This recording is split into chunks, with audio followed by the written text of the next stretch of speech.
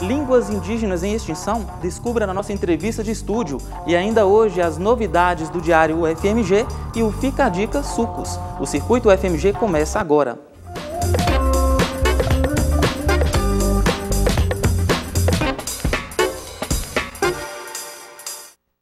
Boa noite.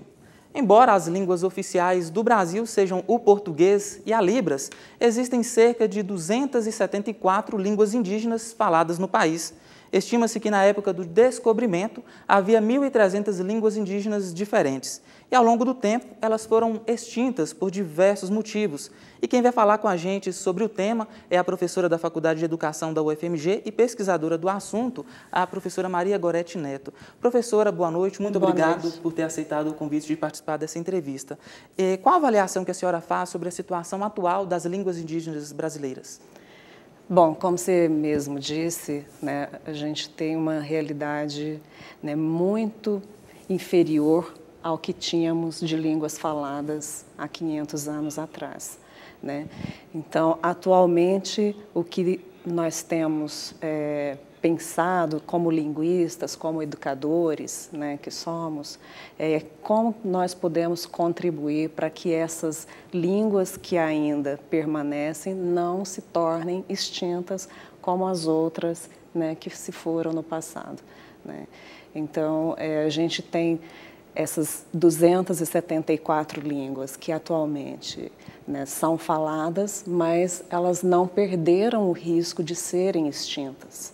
Então, o nosso trabalho ele tem que ser nesse sentido de impedir que haja a extinção dessas línguas remanescentes, né? Professora, e o que levou à redução ou extinção desse número drástico de línguas durante esses mais de 500 anos? Bom, a gente teve vários fatores, né? O principal deles, né, quando da invasão dos portugueses no Brasil, esses povos sofreram toda a sorte, né, de violências, né, violências físicas, invasão do seu território, né, tortura, né, tudo isso em nome de uma imposição da língua portuguesa e dos costumes portugueses, né, no território brasileiro, né, que hoje se chama Brasil, né? Então, essa sorte, né, esse conjunto de elementos de violência contra os povos indígenas é que fez com que a população indígena diminuísse drasticamente e é o que esse contato até ainda hoje é que tem contribuído para a extinção dessas línguas, né? Então a gente tem no contato com o não indígena, né, o principal fator de extinção, né, das línguas indígenas em função dessa violência do contato, né? Como a gente está chegando agora em 2015, quais são os desafios que podem ser notados nesse assunto, nesse tema que é tão recorrente? Pois é, os desafios, né? Acho que o primeiro que a gente tem que levantar é que um povo indígena, ele não sobrevive sem a sua terra.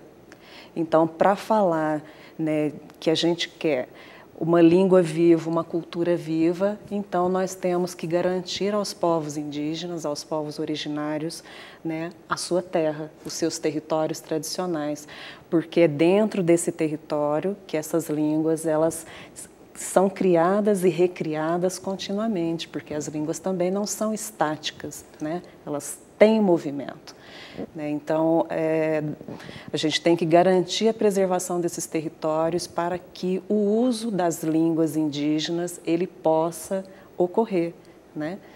Até mesmo para eles poderem se autoafirmarem como indígenas, não? Exatamente.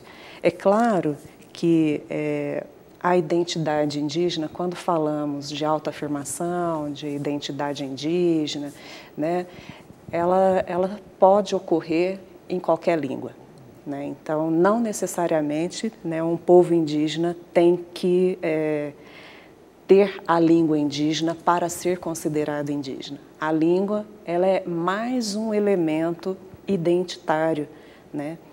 A identidade indígena ela é construída coletivamente, né?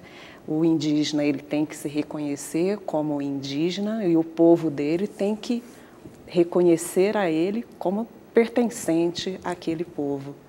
Então, a identidade indígena ela é construída de distintos elementos, dentre eles a língua, né, que pode ser indígena ou a língua portuguesa ou qualquer outra, né, ela é parte da identidade indígena, mas ela também ela constrói, digamos assim, outros elementos que vão trazer e fortalecer essa identidade.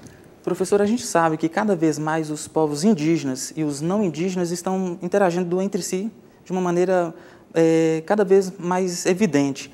Essa interação ela pode ser eficaz ou pode comprometer a tradição e os costumes dos povos indígenas? Bom, atualmente esse contato com o não indígena, ele é obrigatório, né? Ele não existe mais, infelizmente, a possibilidade dos povos indígenas não terem contato com o entorno, né? E claro que todo tipo de contato entre culturas, né, traz impactos, né? Então não é só, né, em relação ao indígena e ao não indígena. As culturas, em geral, quando se encontram, elas se interinfluenciam. E com os indígenas não é diferente, né? A cultura também ela não é estática, né? Ela vai mudando ao longo do tempo.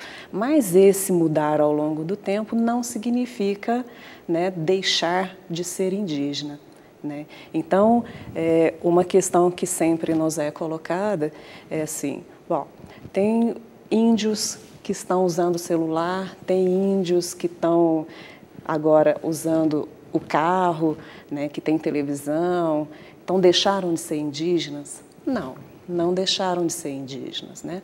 Não são esses diacríticos externos, esses elementos externos, né, que vão determinar se um povo é indígena ou não, né? Então isso tem que ficar um pouco mais, né, esclarecido, né? Até porque em muitos momentos esse questionamento ele é usado contra os indígenas, principalmente quando se trata da questão dos direitos deles, né? Então, quando a gente fala das questões territoriais, por exemplo, muita gente diz, tal grupo, tal povo indígena não é mais índio porque tem televisão, porque usa roupa. Não é por aí que vai a questão, não é o fato de, né, se apropriar desses elementos não indígenas, né, que o povo perdeu a sua cultura, perdeu a sua identidade, né? Na verdade, ocorre um processo de ressignificação desses elementos. Então, cada povo vai absorver aqueles elementos que eles julgarem que são adequados para eles, da maneira como eles entendem que devem, né, ser usados na vida deles. Professor, e como que fica a questão do ensino da língua portuguesa e das línguas indígenas no contexto escolar? Bom, essa é uma questão importante porque nós temos uma Constituição, né, no seu artigo 231, que garante aos indígenas, né, o uso das suas línguas, né, dos seus territórios, né? Então a gente tem isso.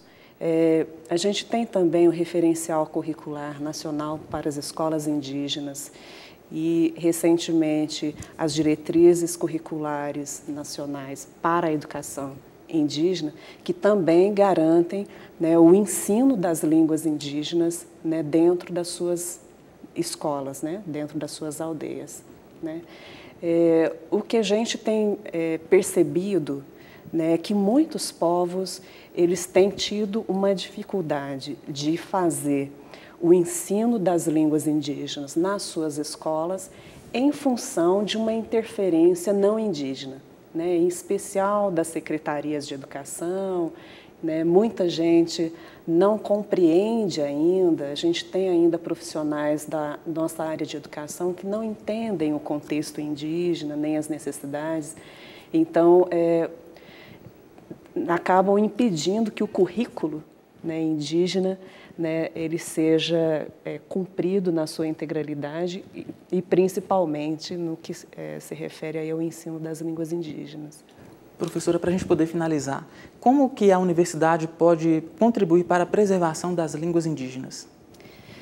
Bom, a universidade, acho que a gente tem o papel de conhecer essas línguas indígenas, né?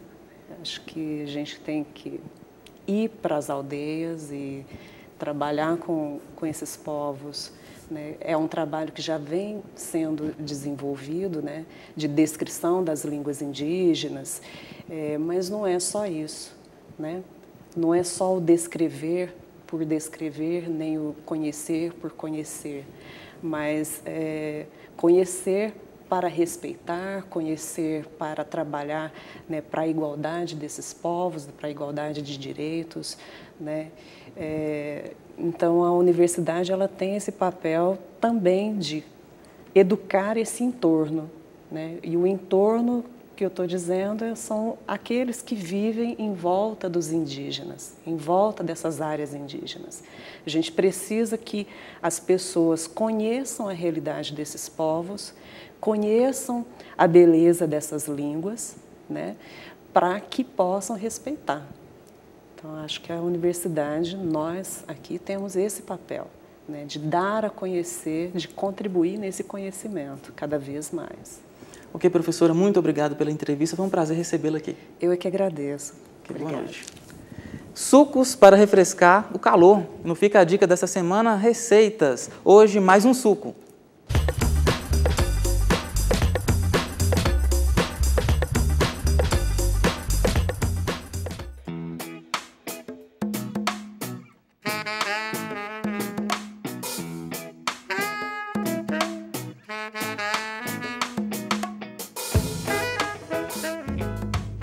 O suco de hoje vai ser cenoura, maçã e laranja.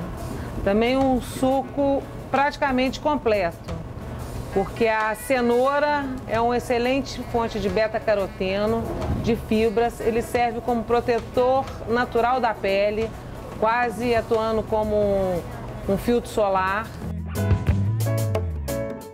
Uma maçã por dia, você já pega as suas fontes praticamente todas de vitaminas. E a laranja, que também é uma fonte riquíssima, além de hidratar, uma fonte rica em vitamina C. Se a pessoa quiser consumir com mais fibras, é só ela não coar.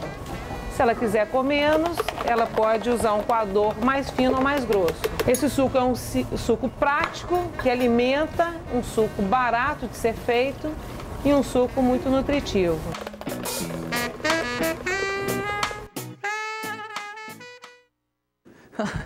E nesta quinta, mais uma dica de sucos. Fique ligado.